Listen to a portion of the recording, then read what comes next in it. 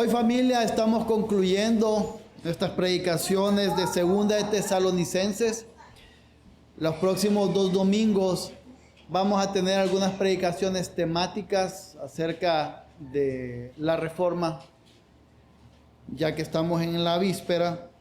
Y luego, si el Señor lo permite, iniciaremos una serie de predicaciones en el Evangelio de Lucas, el tiempo que nos lleve estar ahí. Hace poco escuché a un pastor que decía que estuvo predicándolo e hizo 186 sermones. Entonces, no sé si vamos a estar 186 domingos, pero vamos a estar un tiempo. Así que les comento con tiempo para que puedan leer, puedan estar leyendo el Evangelio de Lucas en estas semanas y sepan pues que ahí vamos a estar. Terminamos 2 Tesalonicenses con capítulo 3, versículos del 16 al 18. Y lo leemos. Y que el mismo Señor de paz siempre os conceda paz en todas las circunstancias. El Señor sea con todos vosotros. Yo, Pablo, escribo este saludo con mi propia mano. Y esta es una señal distintiva en todas mis cartas. Así escribo yo. La gracia de nuestro Señor Jesucristo sea con todos vosotros. Oremos. Oh Señor, estamos acá agradeciéndote porque en tu misericordia nos has concedido llegar este día a terminar de estudiar, de aprender acerca de quién eres tú a través de la segunda carta a los tesalonicenses. Y yo te pido que en estas palabras finales de esta carta, Señor, sea tu Espíritu Santo hablando. Oh Señor, no tengas en cuenta la pecaminosidad que hay en mi corazón. Que no sean mis palabras saliendo, que no sean mis pensamientos expresándose en mi voz, sino que sea tu Espíritu Santo mostrando lo que aquí está contenido. Que todos podamos estar atentos, de modo que al conocerte más, nuestra vida sea transformada para tu gloria y nuestro deleite en ti. En el nombre de Jesús. Amén. Y vamos a ver en estos últimos versículos de la segunda carta de Tesalonicenses, cómo la correcta doctrina nos lleva a tener paz con y en Dios, mediante la gracia que obtenemos en Cristo. Y comenzamos viéndolo, pero antes de ver estos versículos, nos movemos un poquito hacia atrás. Y vamos a recordar que el capítulo 1 de esta carta hablaba acerca de ánimo y de recordar del regreso de Cristo. Y hablaba de Pablo, mostrando cómo se gozaba en la fe que escuchaba de estos hermanos. Y animándoles y diciéndoles, continúen en esa fe, la cual será recompensada en la venida de Cristo. Y en el capítulo 2 dice que sabemos que hay algunos que andan hablando de forma errada acerca del regreso de Cristo, diciendo que ya regresó. Y empieza a corregir ese error doctrinal en el capítulo 2. Y termina corrigiendo ese error, recordando una verdad. Dice, ustedes son escogidos en Dios. Y esa elección los ha traído no solamente a estar en paz con Dios, sino a actuar en buenas obras, entendiendo que no somos salvos por obras. Sin embargo, somos salvos para mostrar buenas obras, aquellas que el Padre determinó de antemano en las que anduviéramos en ellas. E inicia el capítulo 3 hablando de cómo, a la luz de haber entendido que hemos sido elegidos en el Padre para andar en buenas obras, también oremos y seamos parte de la predicación a través de nuestras oraciones, por aquellos que predican, por aquellos que enseñan la palabra. Que estemos siendo parte, que estemos orando por cada hombre que se para a mostrar la verdad del Evangelio. Y llegamos a la parte final, en donde está diciendo, y que el mismo Señor de paz os conceda paz en todas las circunstancias. El Señor sea con todos vosotros. a raíz de haber recordado la esperanza en Cristo y de haber corregido un error doctrinal, Pablo dice, pueden tener paz. Y es que muchas veces se comete un grave error. A veces se cree que yo puedo tener paz con Dios o paz de parte de Dios, a pesar de las locuras que yo pueda creer acerca de la palabra. Que yo puedo estar bien con un Dios santo, a pesar de que yo crea lo que se me antoje, o que yo crea que no es necesario ser parte de una familia de la fe como la palabra muestra. O creer que por mi propia capacidad, tergiversando lo que dice la palabra, yo puedo obtener por mi gran mérito y capacidad y fuerza y desempeño una salvación que no es posible obtenerla si no es por Cristo. Y en esta ocasión con los tesalonicenses era un error doctrinal acerca de la escatología, acerca del regreso de Cristo, que lo estaba llevando a comportarse de manera inadecuada, como vimos el domingo anterior, en una mala teología del trabajo, en un mal trabajar, unos aprovechándose de los demás. Entonces, viene Pablo y está indicando que al tener una doctrina correcta, que les lleva a actuar correctamente, tienen la paz de Dios. Ahora bien, podemos encontrar por todos lados cómo se habla de estar en paz. Cómo han surgido movimientos que hablan de estar en paz. Y que todos queremos tener paz, se hacen canciones promoviendo la paz. Las Naciones Unidas promueven la paz.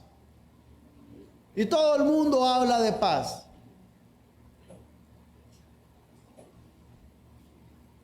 Pero hay un factor que no se considera en la ecuación cuando se habla de paz. Y es el corazón humano. Y es la pecaminosidad con la que cada uno está luchando. Porque esos mismos que hablan de paz, mediante la tolerancia de todo, no toleran cuando alguien opina distinto. Entonces no hay forma de que el ser humano, aunque lo anhela, pueda tener paz por sí mismo. Ahora bien, hay un anhelo de paz en el corazón humano, no inventado ni nacido por la interacción. Es porque el Señor ha puesto un deseo de paz. Así como hemos hablado que todos los deseos que hay en nuestro corazón, lo que hacen, y que no están mal, y lo que hacen es apuntar a nuestra necesidad de Dios. Y entonces cuando como seres humanos nos damos cuenta que hay un deseo de paz, está bien que busquemos la paz, pero está mal que la busquemos en los lugares o las personas incorrectas. Porque como vemos en Romanos 5, del 1 al 2, en donde Romanos, antes de llegar a este punto, habla de cómo en el capítulo 1 todos los gentiles son pecadores, en el 2 judíos no se crean mejores, también son pecadores, en el 3 ¿saben qué? Todos son pecadores, pero en el 4 hay redención en Cristo, hay justificación en Cristo, y llega al 5 y dice en el 5 del 1 al 2, por tanto, habiendo sido justificados por la fe, tenemos paz para con Dios por medio de nuestro Señor Jesucristo, por medio de quien también hemos obtenido entrada por la fe a esta gracia en la cual estamos firmes y nos gloriamos en la esperanza de la gloria de Dios. A través de Cristo, entonces, el anhelo, el deseo del ser humano de paz, encuentra la forma de en verdad tener paz con un Dios santo. Y de hecho esa fue una de las preguntas que en el siglo XVI se empezaron a preguntarse, y también desde antes. ¿Cómo puede un Dios santo estar en paz con un ser humano pecador? ¿O cómo puede un ser humano pecador estar en paz con un Dios santo? Pues a través de Dios mismo. Y entonces es a través de Cristo donde nuestro anhelo, donde nuestro gran deseo de paz va a encontrarla en verdad. Y no significa que no vamos a esforzarnos ni vamos a ser parte de alguna iniciativa para pacificar algún lugar o lo que sea, pero significa que no es nuestra esperanza, nuestra confianza de encontrar verdadera paz a través de personas u organismos, sino que a través de la unión que tenemos con Cristo y a través de esta con el Padre y el Dios Trino. Entonces, ese es el primer punto o la primera manifestación de la paz de Dios. Pero no solamente el Señor nos permite tener paz con Él a través de Cristo, sino que, como vemos en Filipenses 4, 6 al 7, que les leo, por nada estén afanosos, antes bien, en todo, mediante oración y súplica con acción de gracias, sean dadas a conocer sus peticiones delante de Dios. Y la paz de Dios, que sobrepasa todo entendimiento, guardará sus corazones y sus mentes en Cristo Jesús. La paz que Dios da no es solo una paz con Él, sino que es una paz en Él para afrontar las circunstancias que hay alrededor de nuestra vida. Porque si no fuera poco que luchamos con el pecado remanente en nosotros mismos, también nos enfrentamos con el pecado de los demás. Y con la maldición que el pecado trajo a la creación. Entonces, hay afanes, hay preocupaciones. Si yo pidiera que levantara la mano aquí, ¿quién tiene preocupaciones este día? ¿Quién tiene situaciones en su mente que le quitan la paz? Es probable que todos la levantaran. Incluso los niños que a veces creemos que todo es felicidad para ellos, también hay tribulaciones en sus cabezas. Porque hay situaciones y habrán situaciones que estarán quitando la paz. Y es importante recordar que mientras estemos en esta tierra será de esa forma, pero hay diferencia en aquel que ha creído en Cristo Jesús. Porque quien ha creído en Cristo Jesús no tiene su esperanza de paz en un organismo internacional o en unas promesas de un gobierno o en una guardia nacional. Tiene su esperanza de paz en Cristo Jesús. Una esperanza ya cumplida, que es estar en paz con Dios a través de Cristo, y una esperanza continua de tener paz a pesar de las circunstancias que vengan a la vida. Y por eso manda en en Filipenses, que por nada estén afanosos. Y no lo manda como miren, ustedes no deberían estar por nada afanosos. Lo manda como un imperativo. Por nada estén afanosos. Por nada estén preocupados. ¿Significa que me voy caminando y silbando a la loma y relajado? Oh, el Señor también es un Dios de medios y Él nos manda que actuemos. Pero lo que nos dice es que tengamos paz mediante nosotros o mientras estamos actuando. Que tengamos paz en medio de una circunstancia que podamos estar enfrentando. Que tengamos paz a pesar de que todo se desmorone a nuestro alrededor, porque es una paz en Él. Y ahora bien, es una paz de Dios que sobrepasa todo entendimiento. Alguien nos va a ver y no va a comprender cómo esta persona puede estar en paz. Si tiene esa dificultad,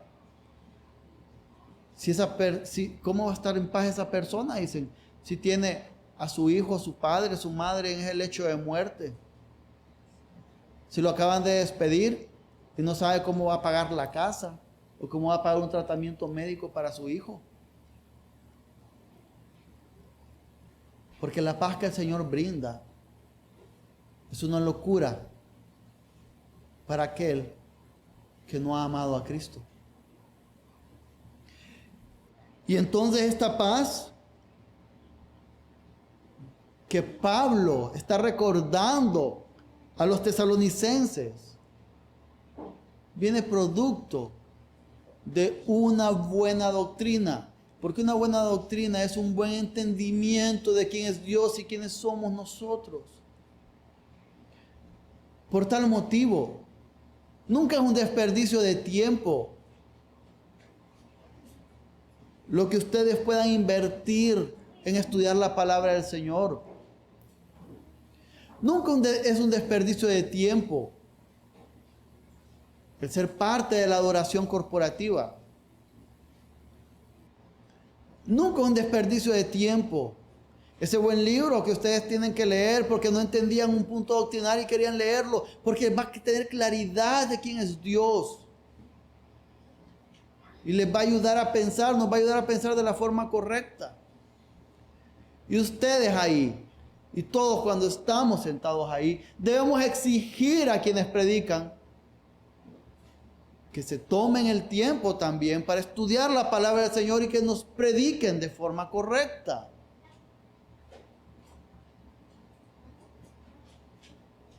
Entonces esta paz viene de un entendimiento correcto del Señor.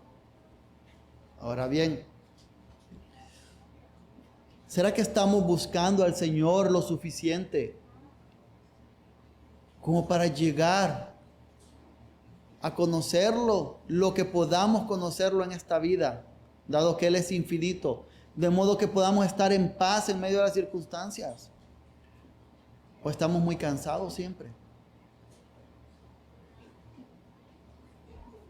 Ay, que si yo me levanto unos 20 minutos antes para tener ese devocional que todo el mundo dice, que en la quietud tal vez, es que voy a andar de mal humor. Mejor, ¿para qué? Voy a hacer mal testimonio para el Señor. ¿Para qué levantarme así? No. Ay, pero es que yo tengo escuela, universidad y esas cosas. Y si yo me dedico media hora a leer la Biblia en la noche, que es el único momento que tengo para estudiar, no voy a ser fiel a Dios y yo tengo que ser el mejor estudiante para mostrar que los cristianos somos responsables.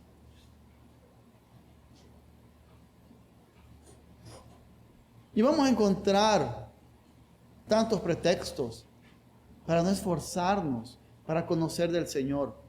Pero mientras más pretextos pongamos encima de nosotros, más difícil será que conozcamos más y más a ese Dios que nos provee más y más de su paz, que es sobre todo entendimiento humano.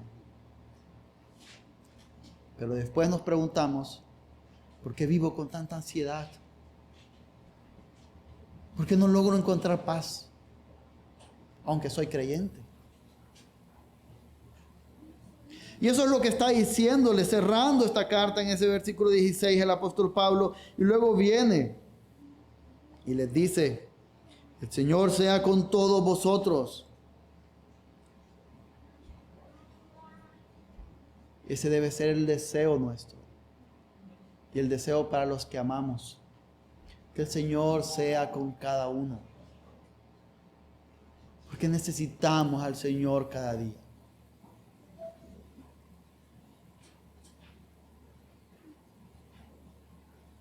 Si no, sería sumamente difícil poder vivir y afrontar las cosas que pasan. Necesitamos al Señor cada día. Que el Señor sea con nosotros, sea con cada uno de nosotros. Porque si no, no podemos afrontar todo lo que hay. Y ya casi cerrando, viene Pablo y les dice, yo, Pablo, escribo este saludo con mi propia mano y esta es una señal distintiva en todas mis cartas. Así escribo yo. Y los comentaristas mencionan que pueden haber dos puntos. Primero, recordemos que habían al inicio de la carta, en el 1.4, dice, por lo cual nosotros mismos hablamos, acá, el 1.2 dice, 2 del 1 al 2. Pero con respecto a la venida del Señor Jesucristo, a nuestra reunión con Él, les rogamos, hermanos, que no sean sacudidos fácilmente en su modo de pensar, ni se alarmen ni por espíritu, ni por palabra, ni por carta, como si fueran nosotros, en el sentido de que el día del Señor ha llegado. Es probable que los tesalonicenses estuvieran recibiendo cartas falsas, queriéndose firmar como Pablo, diciendo, hey, Cristo ya vino. Entonces él está diciendo, esta sí la estoy escribiendo yo. Un tema de autoría, en donde no solo era Pablo que mandaba este mensaje, sino que también Silvano y Timoteo, como leímos al inicio. Pero también mencionan que apunta a algo más. Está corrigiendo un error doctrinal.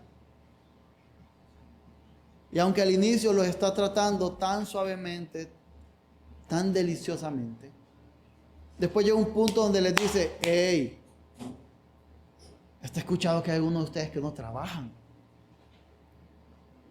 ¿Saben qué? Así escribo yo. Él está señalando con su autoridad el pecado que había en estas personas.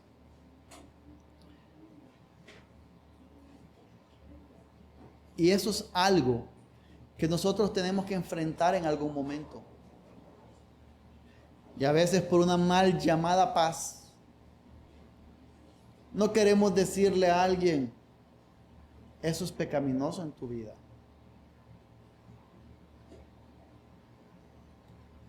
Y Pablo lo que estamos dándonos un ejemplo aquí es, así escribo yo, o sea, yo estoy señalándoles el pecado.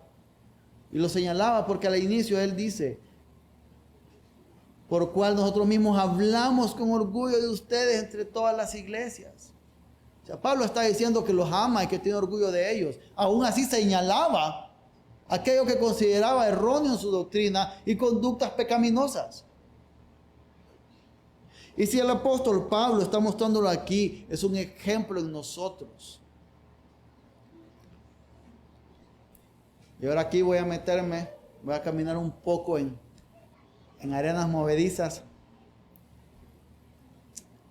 Hombres, si el Señor manda o dicta en su palabra que somos cabeza del hogar, no solo es para tener el título honorífico de cabeza del hogar y mostrar los galones que se tienen como un general, también implica la tarea incómoda de decirle a nuestras esposas, estás pecando en eso. Y mostrarles a Cristo.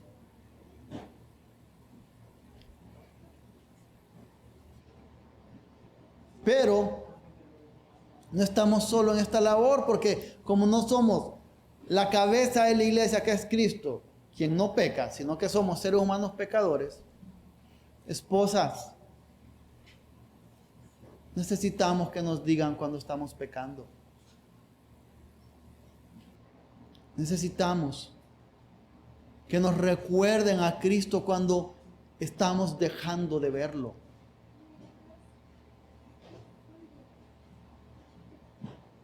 Porque eso hará bien para nuestras almas. Así que debemos señalar el pecado. Pero no significa que vamos a andar como cacería de brujas con la espada y cortando cabezas. Hay formas de señalar el pecado. Siempre es para restaurar, pero ante todo para mostrar a Cristo. Para alzar la mirada del pecador y mostrar a Cristo. Y termina esta carta diciendo: la gracia de nuestro Señor Jesucristo sea con todos vosotros. ¿Acaso hay algo mejor para nuestras vidas que la gracia de nuestro Señor Jesucristo? ¿Hay algo mejor que nos pueda sostener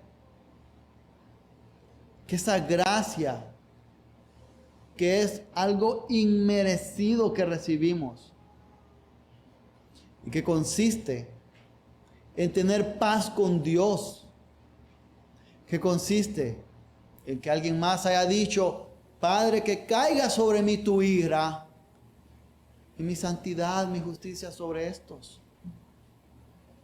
Esa gracia que nos muestra que Cristo, una vez que ha resucitado, hizo su entrada triunfal, como cuando van a coronar un nuevo rey, y entró en el trono celestial y llegó hasta allá y se sentó a la diestra del Padre, y que entonces, cuando ese pecado remanente en nosotros nos impulsa a actuar en contra de lo que el Señor manda, y cuando entonces la ira del Señor se levanta, Cristo se para y dice: yo pagué por esto.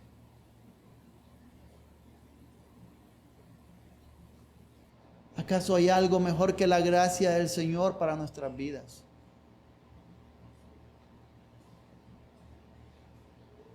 Oh hermano, hermana,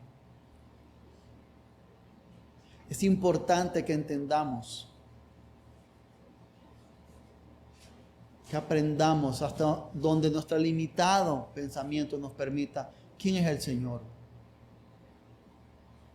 Porque eso nos va a llevar a entender mejor quiénes somos nosotros, cómo interactuamos con el mundo, cómo afrontamos las circunstancias, las situaciones de la vida, no solos, sino que sostenidos por nuestro Dios.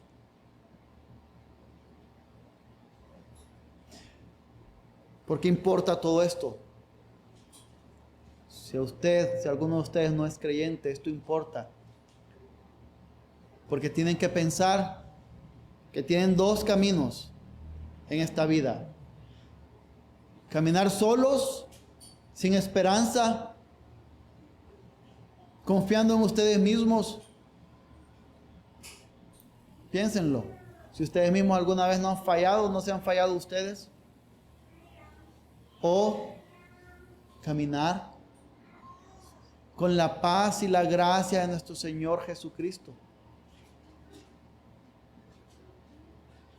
sostenidos por Él, guiados por Él. Así que si no es creyente, es importante que piense en esto. Y si es creyente, es importante porque recordamos que hay paz con Dios. Que cuando nos dan una mala noticia, cuando estamos afrontando una dificultad, cuando nuestros cuerpos se desgastan por cualquier circunstancia, cuando viene el temor hacia nosotros, hay paz. Una paz que otros no van a entender. Una paz que el mundo no comprenderá nunca, pero que nosotros tenemos promesa de que está allí. Así que corramos cada día hacia ese Dios santo. Acerquémonos más y más a Él, para que su paz cada día pueda abrazarnos y sostenernos. Oremos. Señor, tú eres un Dios santo, que para nada tendría por qué ver a estas personas pecadoras como lo somos nosotros. Pero aún así lo has hecho, y no solo nos has visto, sino que te has puesto para darnos paz contigo. Y por eso te lo agradecemos. Te agradecemos, oh Señor, porque en medio de lo que pasa tenemos esperanza y confianza. Permite que cada día, que mañana cuando afrontamos el día a día, recordemos que hay paz en ti. Recordemos que hay esperanza, que no comprenderán nadie más, pero que hay paz y esperanza en ti. En nuestra pecaminosidad no sabemos cómo correr hacia ti. Por eso te pedimos que nos ayudes. Incluso cuando no estemos deseando acercarnos a ti, que el Espíritu Santo nos empuje, porque no hay un mejor lugar para nosotros que estar al cobijo tuyo. En el nombre de Jesús oramos.